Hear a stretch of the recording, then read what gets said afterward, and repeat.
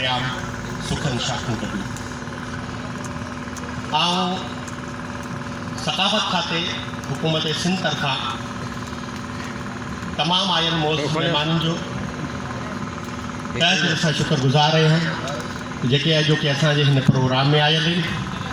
बिलख़ुसूस असांजे हिन प्रोग्राम जा जेके सिंगार आहिनि जिन जे करे असां इहो मेलो मचायो आहे उहे लोक अदब सां तालुक़ु रखंदड़ सिंध जा जेके आहिनि सो सुगड़ आहिनि।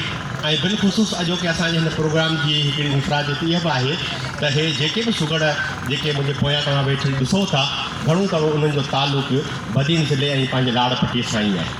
त सकाफ़त खाते हमेशह इहा कोशिशि वरिती आहे त हर रीजन जे अंदरि अहिड़ा नंढा नंढा प्रोग्राम कराए उतां जा जेके फ़नकार आहिनि उन्हनि खे जेको आहे उनखे पज़ीराई मिले उनखे नुमाया करणु इहो ई मक़सदु आहे। त उन्हनि समूरनि दोस्तनि जो जेके मुख़्तलिफ़ ॻोठनि खां हिते कई पहुता आहिनि उनजो तमामु घणो मशहूरु ममनून आहियां। ऐं बिलख़ुसूस असांजे अॼोके हिन प्रोग्राम में असांजो निहायती मान वारो प्रोफेसर अब्दुल्ला मल्ला साहिबु असां सां मौजूदु आहे। ऐं इन खां अलावा असां सां गॾु असांजे हिन प्रोग्राम में मुंहिंजो प्यारो भाउ कुर्बान मल्ला SHO जेके पाण इंस्पेक्टर साहिबु आहिनि उहे बि असां गॾु आहिनि। अब्दुल करीम राव साहिबु आहिनि ऐं असांजा तलहार खां दोस्त कई आयल आहिनि।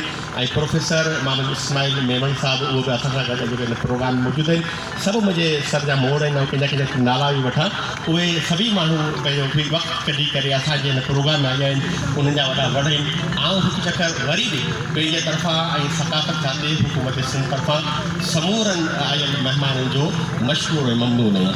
ऐं इनशाअल्लाह असांजो हिन प्रोग्राम खे इत्तिफ़ाक़ कोन्हे असां कोशिशि कंदासीं त अहिड़े क़िस्म जा मेला जेके आहिनि अवांजे हिन तबसुर सां मंज़िल लखनि करोड़नि विखनि खां परते सदियुनि जे पंध ते अञा बि अॻिते भली को पेरनि जो मास लड़के कॾहिं न रुकूं कॾहिं न रुकजूं असीं मुसाफ़िर कॾहिं न थुकजूं असांजी मंज़िल अञा बि अॻिते असांजी मंज़िल अञा बि अॻिते। हिकु जॻह वरी तव्हांजी महिरबानी लख लख